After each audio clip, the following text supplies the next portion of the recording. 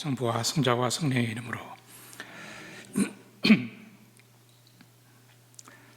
하나님 아버지, 저희들 어제 성령강림 대축일 함께 봉헌하였고 이제 다시 연중 주간으로 교회는 저희를 초대하고 계십니다. 부활하신 당신께서 여인들에게, 제자들에게 가서 갈릴리아로 돌아가라고, 그곳에서 나를 만날 것이라고 전하라고 파견하셨습니다. 저희들에게는 또한 우리의 일상이 갈릴리아가 아닌가 생각합니다. 우리의 일상 한가운데서 당신의 손길을, 당신의 현존을 더 깊게 알아들을 수 있도록 저희와 함께 해주시고, 우리에게 보호자로 보내주신 성령께서 우리들 삶 안에서도 우리가 더 섬세하게, 더 민감하게 알아들을 수 있도록 저희 마음을 열어주십시오. 이 모든 것 당신의 아들 우리 주 예수 그리스도를 통하여 비나이다. 평화의 모으시여 저희를 위하여 빌어주소서. 성부와 성자와 성령의 이름으로 아멘. 참 예수님, 저희들 오늘 이번 학기에 제가 시작한 이 강의 마지막 비전 안내 강의가 되겠습니다. 새로운 것을 말씀드리기보다는 지금까지 말씀드렸던 것들, 예수님께서 우리 가운데 사람으로 태어나셨던 그 장면부터 해서 예수님 순환하시고 돌아가신 그 모습들, 이제 여러분들의 일상 안에서도 가끔 예수님 탄생부터 해서 부활하시고 또 성령을 보내시는 이 모습까지를 가끔 이렇게 돌아보시기 바랍니다. 그래서 비전 전체는 이제 여러분들이 이렇게 종합하고 마무리하는 시간은 여러분들이 이제 직접 그 예수님의 육화, 강생 장면부터 해서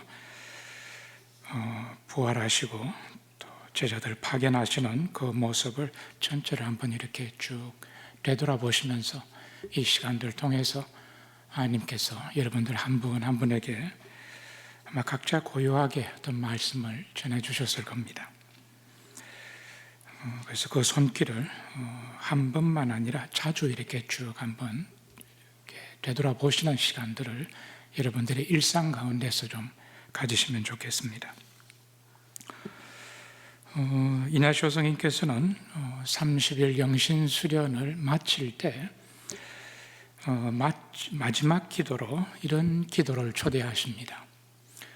하나님께서 우리에게 얼마나 많은 선물을 주셨는지 이것을 되돌아보게 하시고, 이걸 되돌아보는 이유는 하나님께서 우리에게 얼마나 많은 선물을 주셨는지를 알아서 우리도 우리의 일상 삶 안에서 모든 것 안에서, 모든 일상 안에서, 모든 피조물들, 우리의 일들, 공동체, 교회, 모든 것 안에서 하나님을 발견하고 하나님께 우리에게 주신 이 사랑을 우리도 그분을 사랑하는데 이렇게 봉헌하기 위해서, 우리가 받은 모든 선물들을 그분 교회를 위해서, 또 세상을 위해서, 하느님을 위해서 봉헌할 수 있도록 되돌아보게 하기 위해서입니다.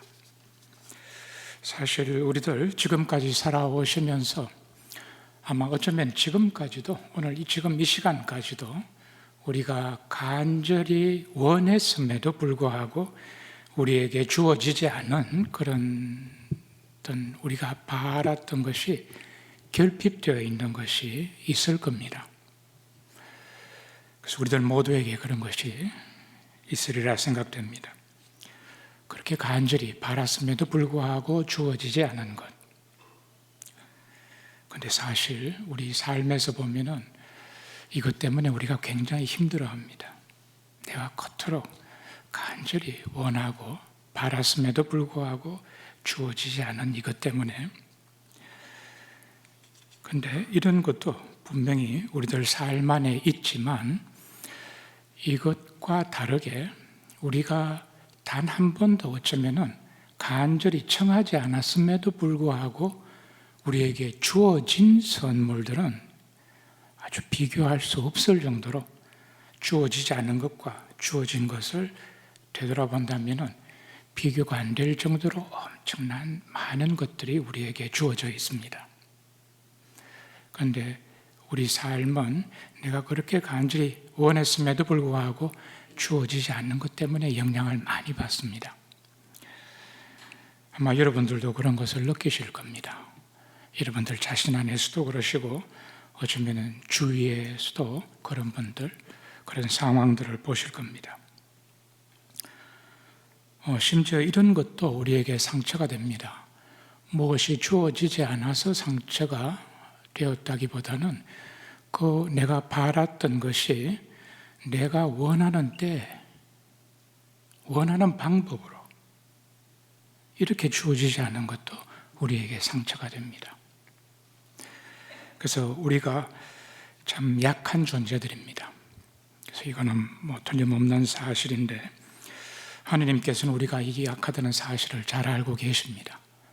그럼에도 불구하고 당신이 하실 수 있는 모든 것을 우리에게 다 나누어 주십니다.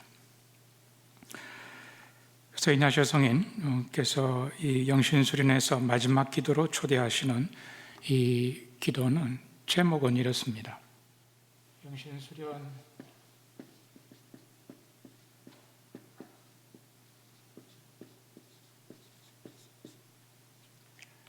230번에서 237번까지 나오는 말씀인데요. 저 기도를 시작하기 전에 두 가지 주의사항을 말씀하십니다. 사랑이라는 것은 말보다 우리가 행동함에 있습니다.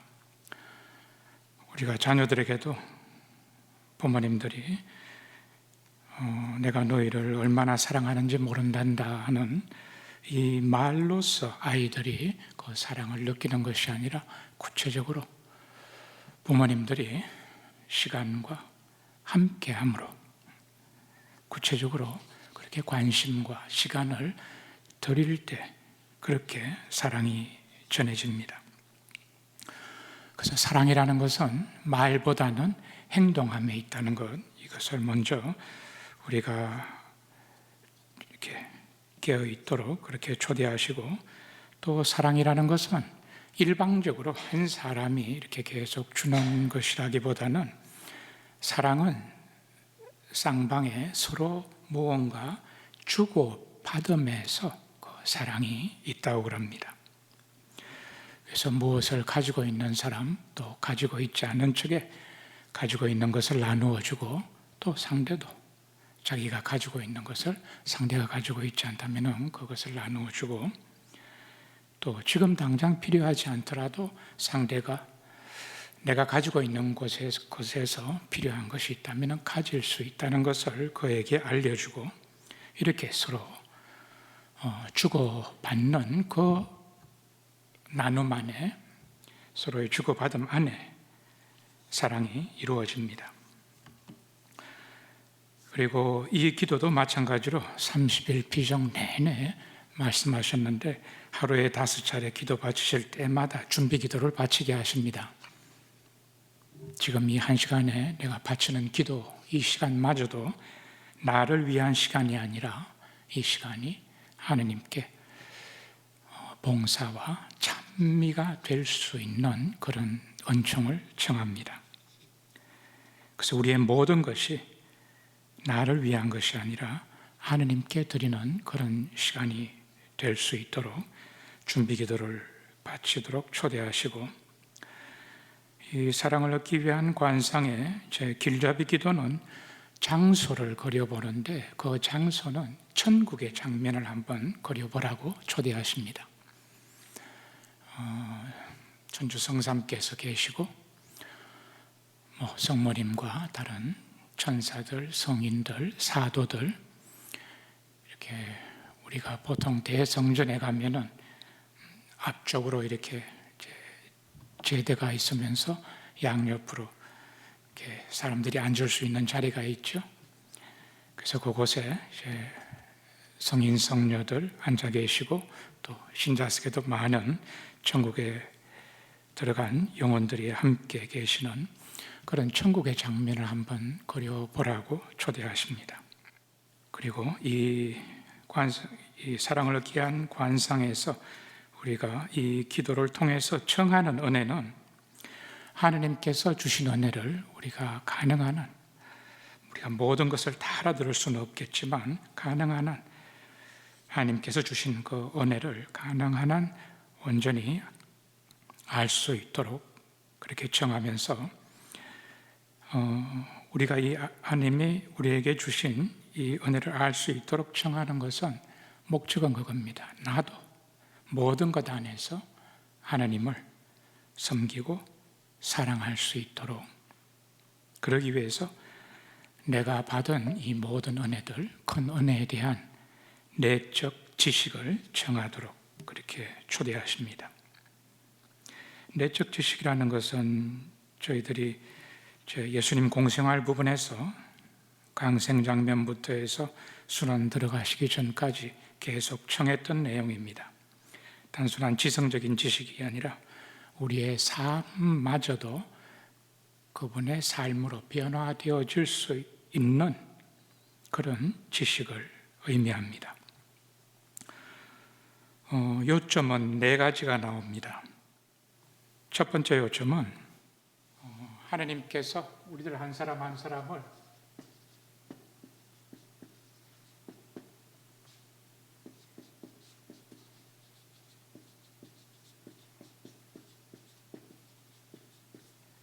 창조하시고 구원하시고 또 이것뿐만 아니라 우리들 한 사람 한 사람에게 아주 인격적으로 우리 고유하게 나에게 주신 은혜들이 있습니다. 그래서 하나님께서 이 나를 위해서 얼마나 많은 일을 하셨는지를 돌아보시고 또 나에게 당신이 가지고 계신 것들 가운데서 얼마나 많은 것을 주셨는지,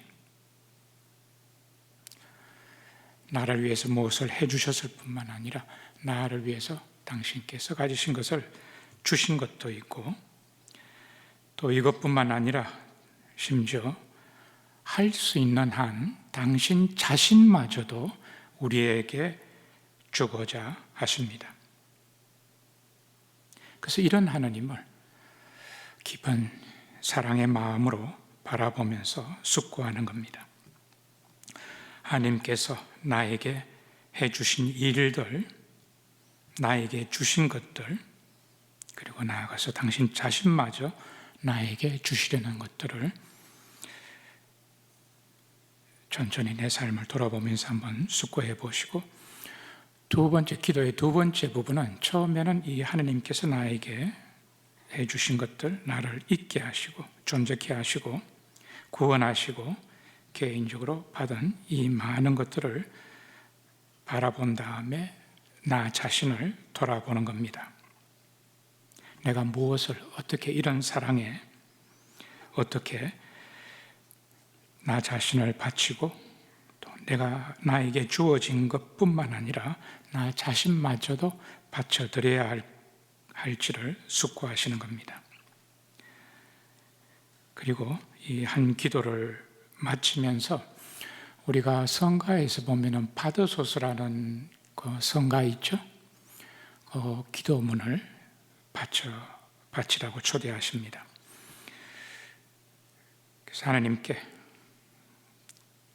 저 자신을 하나님께서 가지시고 또 내 모든 것을 바치니까 받으십시오.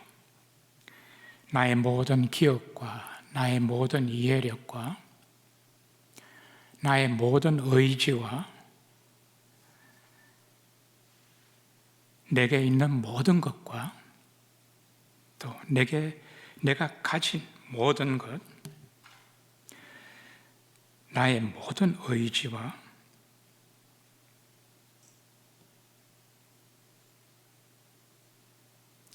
그래서 이 모든 것은 당신께서 주신 것이니까 이제 당신께 되돌려 드립니다. 이 모든 것을 당신 뜻대로 처리하십시오.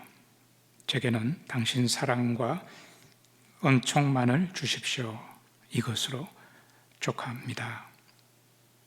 그래서 첫 번째 요점으로 기도를 바치시고 이 받으소서라는 기도문을 바치시도록 초대하시고, 두 번째 요점은 하나님께서 모든 것 안에 계시는 모습을 바라보도록 초대하십니다. 무생물이죠. 물질에게는 원소를 주셔서 그 원소가 존재케 하십니다. 그리고 식물들에는 그 식물들이 자랄 수 있는 성장할 수 있도록 그것을 주십니다. 그리고 동물들에게는 그것에 더해서 어떤 감각을 주시죠. 그리고 사람에게는 이것과 달리 이런 존재와 또 성장과 감각과 이것에 더해서 이성을 주십니다. 그래서 모든 것 안에 무생물이건 식물이건 동물이건 원소들이건 그리고 사람 안에는 이런 다른 피조물과 달리 이성을 주셔서 사람 안에 계시는데, 하느님께서는 이런 우리를 당신의 성전으로 삼으십니다. 우리를 당신 성전으로 삼으셔서 우리 안에 머물고 계십니다. 하느님께서 이런 분이라는 사실, 모든 것 안에, 그야말로 모든 것 안에 현존하시는 하느님을 볼 수 있도록. 무생물이라고 하지만 사실 현대과학은 그렇죠. 세상에 멈춰 있는 것은 없습니다. 원자들 끊임없이 활동하죠. 원자와 전자와 그래서 멈춰 있는 것은 없습니다. 그래서 모든 것 안에 하나님께서 현존하시는 그 모습을 있는 그대로 바라볼 수 있도록 초대하시고, 그리고 나 자신을 보면서 이런 하나님께 이런 모든 것 안에 현존하시면서 또 인간에게는 이성과 또 이런 우리를 당신의 모상으로 창조하셔서 우리를 당신 성전으로 우리 안에 머물고 계시는 그 모습을 보면서 나는 이런 하나님께 무엇을 바쳐야 할 것인지, 그래서 이것을 돌아보면서 받으소서라는 그 기도문으로 이 기도를 마치도록 초대하십니다. 그리고 세 번째 요점은 이 모든 것들 안에서 무생물이나 생물, 식물이나 동물이나 사람들, 이 모든 것 안에서 우리를 위해서 마치 일꾼처럼 일하고 계시는 하느님을 볼 수 있도록 초대하십니다. 그래서 모든 것이 다 생명체이건 무생물체이건 모든 것이 다 움직이고 있습니다. 그래서 그것이 존재할 수 있도록 그 안에서 하나님께서는 마치 일꾼처럼 모든 것 안에서 일하고 계십니다. 그래서 이런 모습을 바라볼 수 있도록 초대하시면서 또 우리 자신으로 시선을 돌려서 이런 하나님께 우리는 무엇을 바쳐드려야 할지 그것을 숙고하고 또 마무리하면서 받으소서라는 그 기도문으로 마무리하도록 초대하십니다. 그리고 네 번째 요점은 나에게 주어진 모든 선물이나 이런 자비들이 위로부터 주어지는 것, 즉 하느님으로부터 주어지는 이런 선물들인데,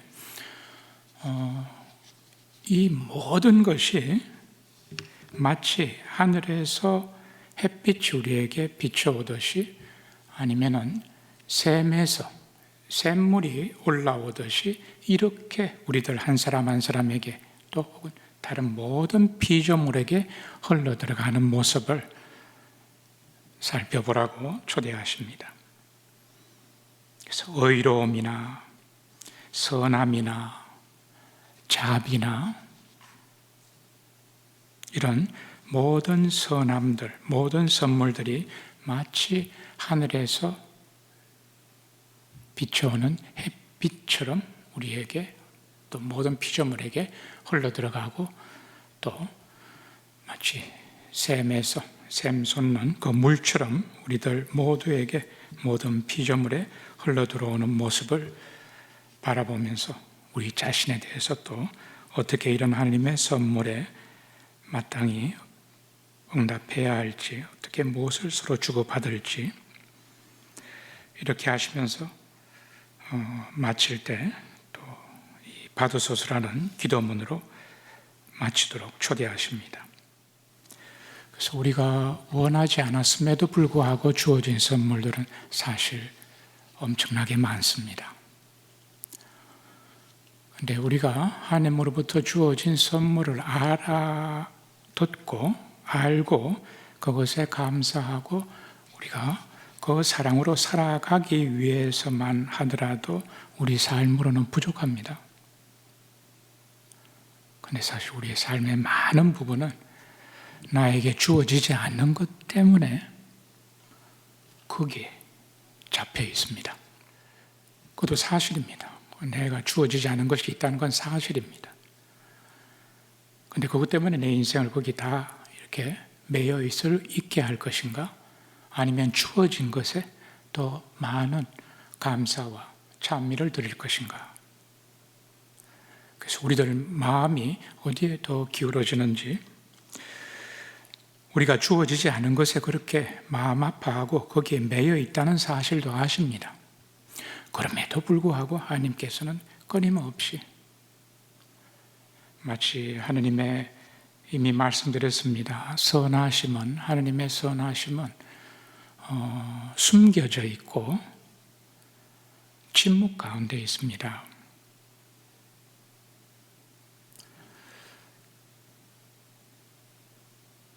그래서 숨겨져 있고 침묵 가운데 있기 때문에 우리가 잘 느끼지 못합니다. 만약 하나님께서 이것을 이렇게 이렇게 크게 이야기하시고 드러내시고 이렇게 하신다면 어쩌면 우리가 알아들을 수도 있겠습니다. 그런데 프란치스코 교황님께서는 그렇게 말씀하셨습니다. 그거는 하나님의 스타일이 아닙니다. 하나님은 숨겨져 있고 침묵 가운데에서 모든 것을 다 하십니다. 이것이 하나님의 스타일입니다. 그래서 하나님의 선하심은 마치 우리가 숨쉬는 공기와 같습니다. 공기가 우리 눈에는 보이지 않지만 우리에게 소리 지르지도 않습니다. 그렇지만 우리를 살게 합니다.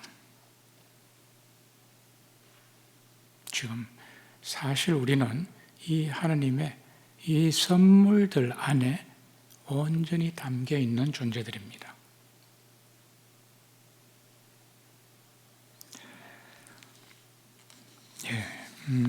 그래서 이것이 이제 영신수련 마치는 분들에게 마지막 기도로서 이제 초대하시는 말씀입니다.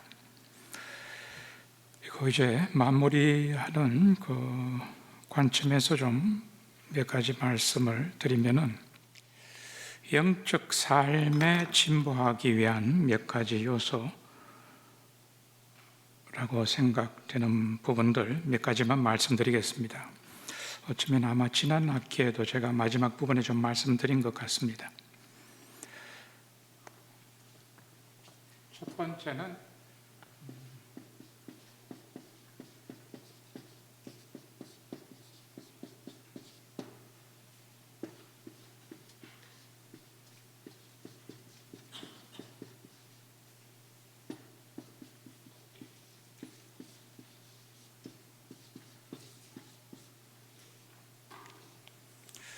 많은 요소들이 있겠지만 우선 한 세 가지만 좀 말씀을 드리겠습니다.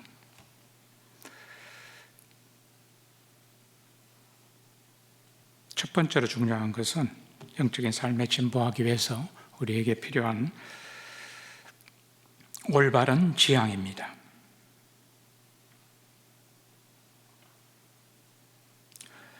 이냐시오 성인은 회심한 이후에 당신 남은 삶 전체에서 항상 어떤 질문을 던지셨는가 하면은 어떻게 하면 주님을 더 기쁘게 해드릴 수 있을까?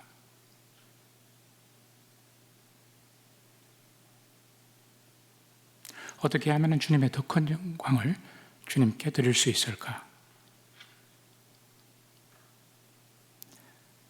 지향입니다. 우리가 무엇을 위해서 살아가는가? 내 삶의 목표가 무언가?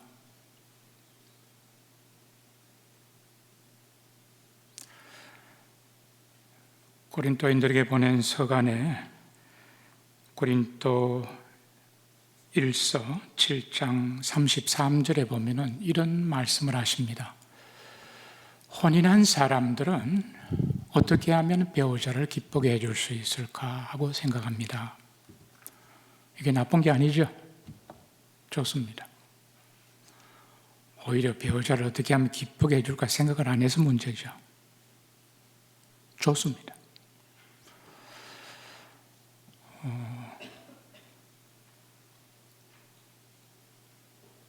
그러나 혼인하지 않은 사람들은 어떻게 하면 주님을 더 기쁘게 해드릴 수 있을까? 그래서 혼인하지 않는 것이 좋다는 말씀은 아닙니다. 언젠가 제가 말씀드린 것 같습니다. 성직자, 수도자들은 혼인하지 않고 살지만 제 혼인한 분들은 제 가정을 꾸려서 함께 사시죠. 평생을 그렇게 사시지 않습니까? 그런데 성직자, 수도자들은 인사이동이라도 있습니다. 그런데 혼인한 분들은 인사이동도 없잖아요. 더 힘드실 수 있습니다. 그래서 반드시 어떤 성소가 더 좋다는 그런 의미는 아닙니다. 나자렛의 성가정 같은 그런 모범이나 실제로 그렇게 또 가정 안에서 그런 가정을 꾸려 가시는 분들도 있죠. 비록 제약이 있고 한계가 있고 약함이 있는 그런 사람들이지만 아주 성가정을 이루어가는 그런 분들도 계십니다. 저도 제 주위에 그런 분들 알고 있고, 그래서 어느 성소가 더 좋다는 말씀은 아닙니다. 어느 성소를 살아가건 중요한 것은 내 삶의 목표, 그 지향점은 어떻게 하면 내가 살아가는 이 환경에서 주님을 더 기쁘게 해드릴 수 있을까? 내 가정이면 가정, 내 직장이면 직장, 공동체면 공동체, 수도자는 수도자들, 그들의 공동체에서, 그들의 소임에서 어떻게 하면 주님을 더 기쁘게 해드릴 수 있을까? 이것은 우리 모두에게 해당되는 이야기입니다. 그래서 결혼한 분들이기 때문에 그것이 안 되고 성직자, 수도자들은 이것이 되고 그렇지 않습니다. 수도자들, 성직자들도 이렇게 못 살아가는 사람들 많습니다. 저도 그 중에 하나일 겁니다. 그래서 어떻게 하면 주님을 더 기쁘게 해드릴 수 있을까? 이 생각보다는 어떻게 하면 내가 더 중심을 차지하고 어떻게 하면 더 많은 평판이나 인정이나 칭찬이나 내 영역이나 안전을, 그래서 우리 모두가 이런 유혹들이 있습니다. 이름에도 불구하고 올바른 지향을 갖는 것, 우리가 이 두 가지 역량이 우리 안에 다 있습니다. 우리 모두에게 내 중심으로 살아가는 그런 가려는 그런 목소리, 그런 경향도 있고 세상적인 것을 움켜쥐려고 하는 그런 경향도 있고 잘 우리가 느끼지 못할지 모르지만 참으로 가치 있는 것, 참으로 소중한 것, 하느님이죠. 하느님을 위해서 살아가고자 하는 마음도 우리들 안에 주어져 있습니다. 왜? 하느님께서 우리 안에 계시니까요. 무조건적으로 우리를 사랑하시는 하느님이 우리 안에 계세요. 우리가 관심을 들이지 못하니까, 이런 분이 내 안에 있다는 사실을 보지 못하고 듣지 못하고 느끼지 못하는 것이죠. 그래서 우리 안에 이런 경향들이 다양한 자기중심적이고 세상적인 것으로 살아가는 이런 경향들도 있고, 그럼에도 불구하고 동시에 참으로 소중한 것, 참으로 우리를 활짝 꽃피게 해줄 수 있는 그런 어떤 것, 어떤 존재, 즉 우리 자신을 초월하는 어떤 존재를 찾는 그런 목소리들이 있습니다. 우리 안에.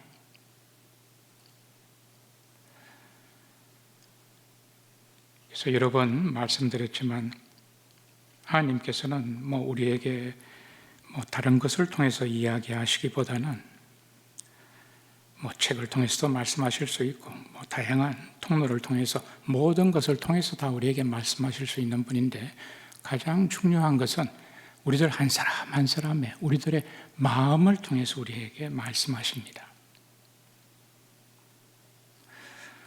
그래서 우리의 마음을 들을 수 있어야 합니다. 그래서 이냐시오 성인은 회심 이후에 항상 이 질문을 던졌습니다.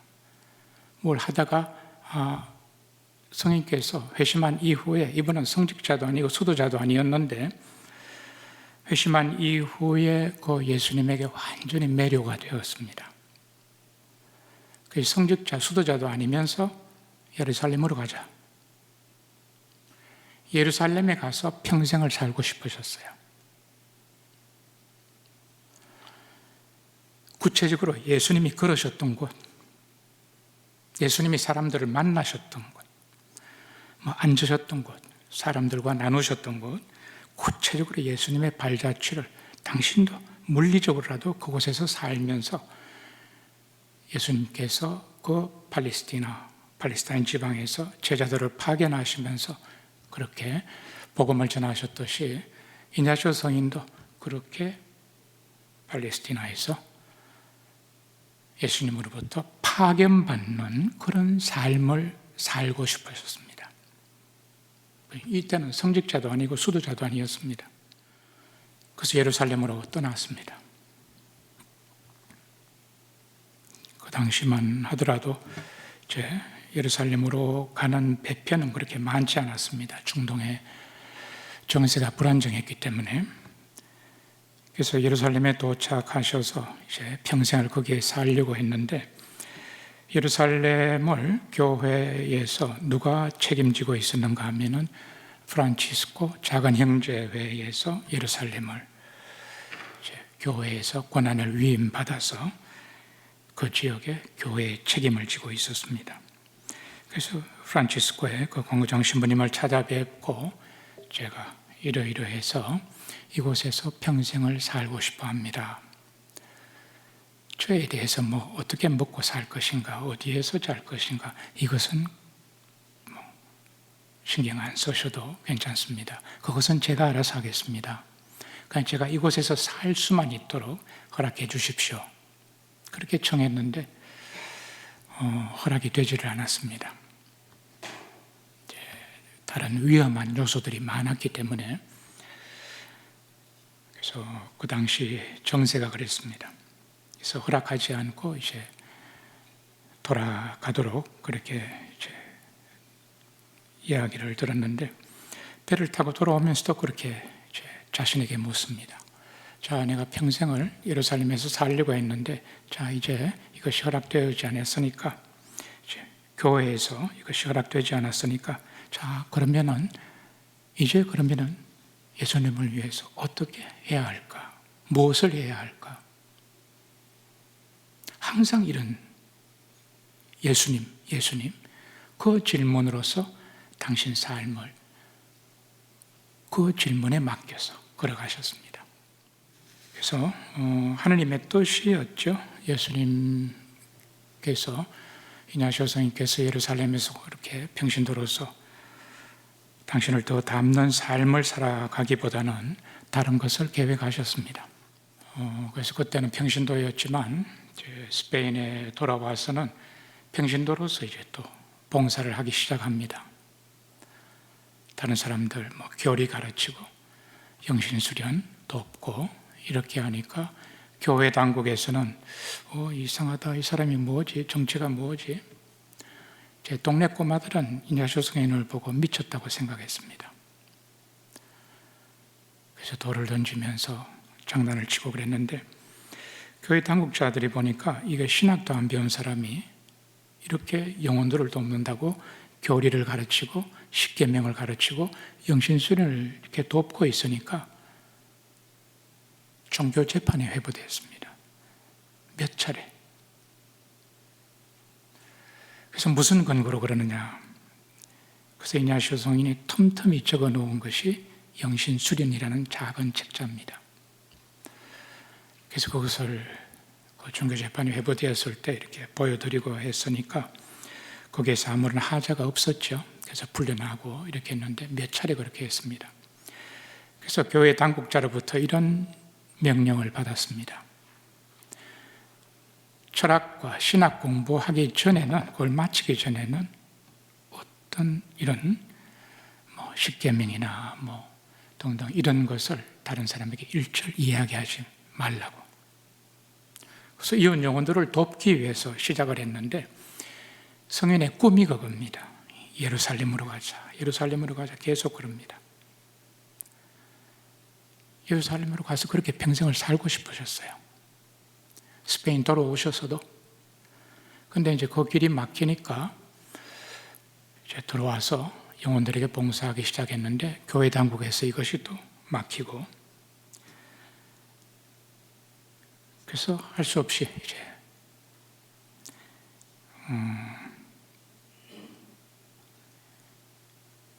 아마 30몇 살에 꼬맹이들하고 이제 라틴어 공부를 같이 시작합니다. 바르셀로나 계실 때. 그래서 라틴어 공부하고 조금씩 이제 기초를 쌓고서는 불란서의 그 소르본느 대학에 가서 이제 철학, 신학을 공부합니다. 그러면서 그때도 계속 말씀하시는 것이 예루살렘에 가자는 그런 말씀이었고, 제 두 가지 꿈인데, 한 가지는 예루살렘에 가는 것, 다른 한 가지는 이웃 영혼들에게 봉사하는 겁니다. 영혼들에게 봉사하는 건데 너무 막연한 포괄적인 이야기인데, 이걸 구체적으로 이야기하면은 영혼들에 대한 봉사가 무엇을 의미하는가 하면은 이런 문맥입니다. 한 영혼이 더 이상 자기 자신이나 세상적인 것을 위해서 살지 않고 오직 하느님만을 위해서 살아가도록 돕는 것. 이게 이냐시오 성인의 꿈이셨습니다. 예루살렘으로 가는 것은 결국 못 가셨습니다. 그래서 주위에 있는 젊은 청년들 함께 모으셨습니다. 우리가 서품을 받고 예루살렘으로 가서 평생을 살자 하고, 초기 동료들을, 그 당시에는 교구 소속이 아니라도 신품을 받을 수 있었습니다. 그 당시만 하더라도 봉건 영주들이 있었던 때죠. 영주들의 영토 안에서 혹은 그 성에서 사제로서 살아갈 수 있는 그런 시기니까 소속이 없더라도 그렇게 사제품을 받을 수 있었는데, 그 동료들하고 계속 서품을 받고도 이제 예루살렘으로 가려고 했지만 떠나는 배편이 없었습니다. 너무 중근동 지방의 국제 정세가 너무 이렇게 위험했었습니다.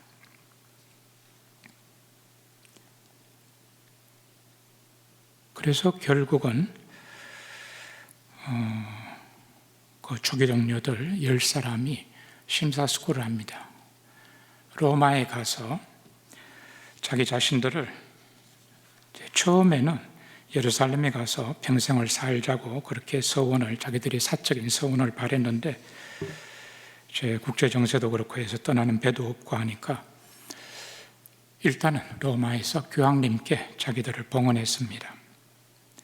다들 소르본노 대학에서 공부한, 그 당시로 봐서는 그 당시에는 라틴어 좀 알 수 있고 문법 알고 미사 드릴 수 있는 정도면은 사제품도 가능했습니다. 근데 이분들은 다 소르본노 대학 출신들입니다. 그래서 교황님께 자기 자신들을 봉헌하고 나니까 이제 교회에 필요한 곳에서 이분들을 요청을 하는 겁니다. 교황청으로.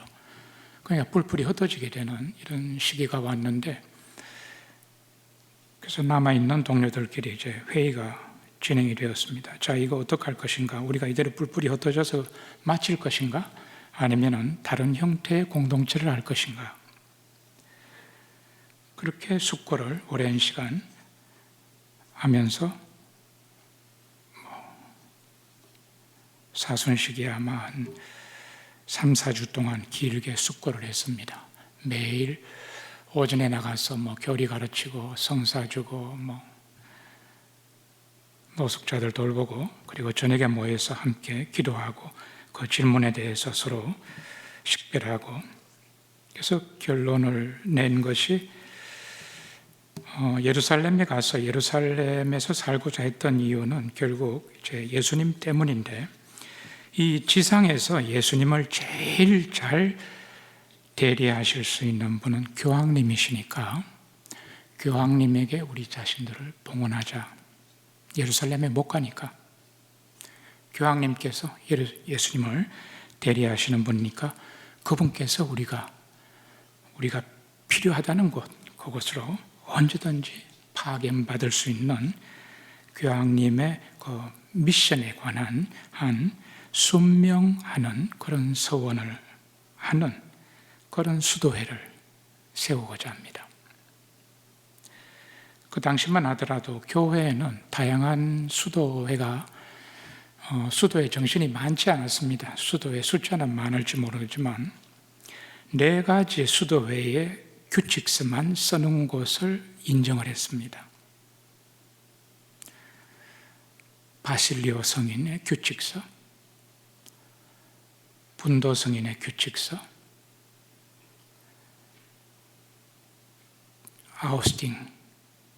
아고스틴 성인의 규칙서, 그리고 아시시의 프란치스코 성인의 규칙서, 이 4가지 규칙서를 자기들 회원으로 자기들 삶의 길로 본받고자 하는 그런 수도회가 아니면 허가를 안 해줬습니다. 그런데 예수회원들은 그 당시에 이런 공동체 중심적인 이런 생활을 하는 수도회가 아니라 파견받는, 즉 미션을 위한 그런 수도회를 원했습니다. 그래서 설왕설래가 많았습니다. 회원들 사이에. 우리가 수도회를 창설하면 그 당시만 하더라도 수도회가 굉장히 부패했었습니다.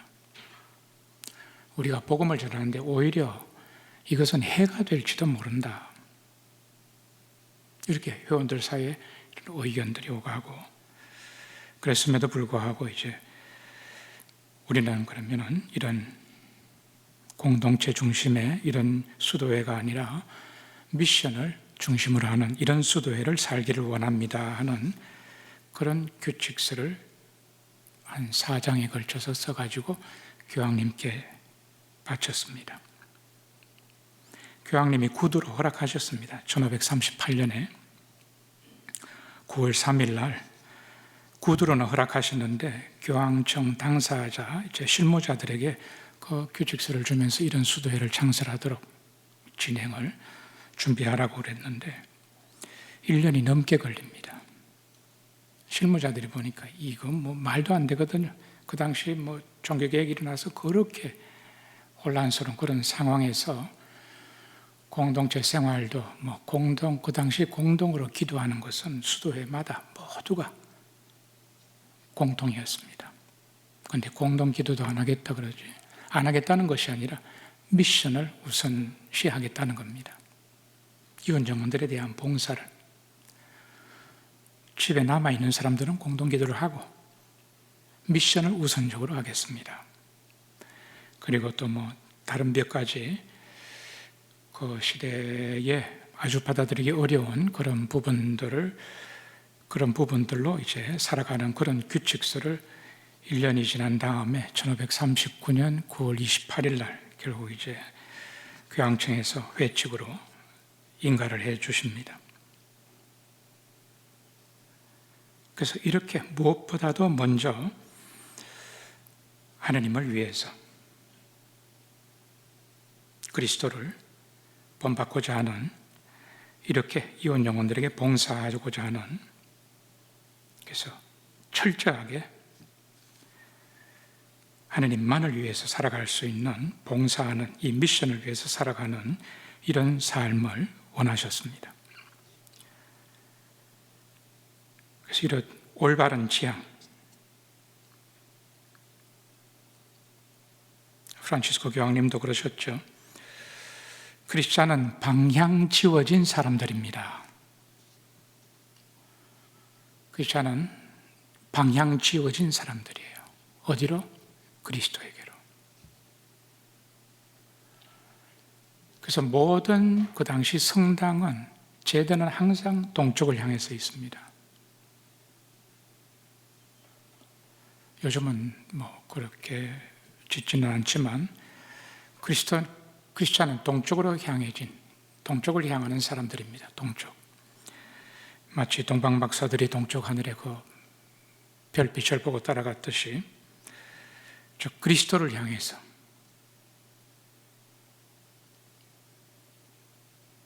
그리고 복음에서도 보면은 시몬 베드로에게 아주 호되게 질책을 하시죠. 사탄아 물러가라. 너는 나에게 걸림돌이다.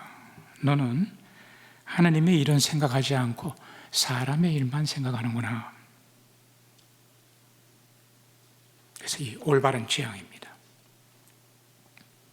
이 올바른 지향이 우리가 희미하면은 우리가 어디로 가는지도 모릅니다. 그래서 뒷부분은 잠깐 쉬었다가 다시 말씀드리겠습니다. 3시에 뵙겠습니다.